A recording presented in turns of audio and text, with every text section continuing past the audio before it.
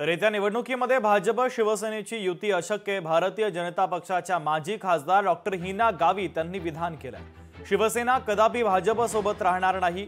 सन्मानाची युती नसल्यास मस्ती जिरवू, शिवसेना आमदार चंद्रकांत रघुवंशी यांनी आता इशारा दिला आहे।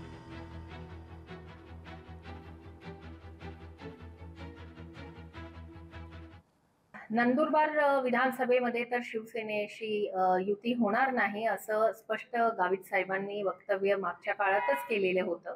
कारण मागच्या वर्षी झालेल्या लोकसभा आणि विधानसभा निवडणुकीमध्ये नंदुरबार लोकसभा आणि नंदुरबार विधानसभा दोन्ही निवडणुकांमध्ये शिवसेनेचे नेते चंद्रकांत रघुवंशी आणि त्यांच्या सर्व कार्यकर्त्यांनी भारतीय जनता पार्टीच्या विरोधात प्रचार केला होता आणि त्यानंतर सुद्धा भारतीय जनता पार्टीच्या विरोधातच त्यांची नेहमी भूमिका राहिलेली। त्यामुळे त्यांच्यासोबत युती आम्ही करणार नाही असं गावित साहेबांनी यापूर्वीच सांगितलेलं आहे। भारतीय जनता पक्षाने महाराष्ट्रातल्या सर्वच त्यांच्या बंडखोर किंवा पक्ष सोडून गेलेल्या लोकांना परत घेतलं आणि त्या निर्णयाप्रमाणे नंदुरबारच्या सुद्धा माजी खासदार ज्यांनी बंडखोरी केली होती विधानसभेमध्ये त्यांनाही परत घेतलं।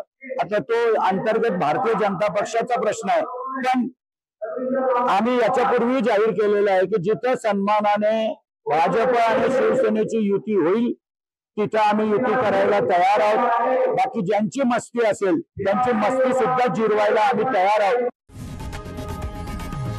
लोकशाही मराठी ऐका, पहा, जागरूक रहा।